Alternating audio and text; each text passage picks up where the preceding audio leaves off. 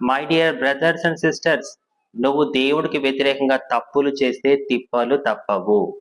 ఈ సత్యం నువ్వు ఎప్పుడు గుర్తుపెట్టుకోవాలి. దావీదు ఒక్క రాత్రి చేసిన పాపం వల్ల పొందిన సుఖం తను జీవితాంతం చివరి శ్వాస వరకు దుఃఖపడేలా చేసింది, నరకం చూపించింది.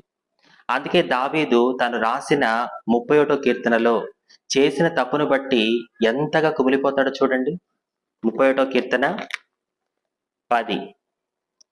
నా బ్రతుకు దుఃఖముతో వెళ్ళబుచ్చుచున్నాను, నిట్టూర్పులు విడుచుటతో నా ఏండ్లు గతించుచున్నవి. నా దోషమును బట్టి నా బలము తగ్గిపోవుచున్నది, నా ఎముకలు క్షీణించుచున్నవి.